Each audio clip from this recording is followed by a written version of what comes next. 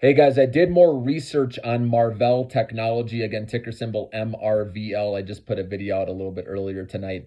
And after more research, I realized this is a stock I will be staying away from until after their earnings report. And here's why.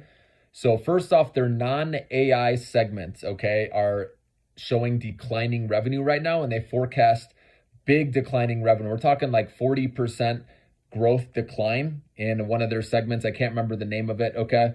And that's going to weigh a little bit, I believe, on their earnings, okay? And they actually expect that for next quarter as well before things start to turn around. So again, if you're really long this company, I think they'll be okay. But I think we can catch a dip here based on that. However, their AI related revenue is growing really nicely, and that makes up about 50% of their revenue. So if that can beat expectations and their guidance beats, then that may be enough to lift the stock. But either way, the other non-AI business segments are weighing down this company. So I believe that could make the stock fall, especially with how much it's run. So for me, I don't love the risk reward setup. Also, they had operating margins of -7% last quarter. That's not going to cut it for me. And also stock-based compensation, okay?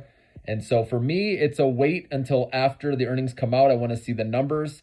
And like I said, I'm very selective on which ones I choose. Obviously, I could be wrong. They could crush everything, right? Since they did guide for already lower numbers and expectations could be lower, right? They could beat that. As we know, it's all about expectations, right? But for me personally, I think there's other better plays currently. I'm going to wait to see what happens with the stock. If it gets a meaningful pullback and the numbers aren't too bad and AI shows that it's going to continue growing for the foreseeable future, that's when I would consider getting in.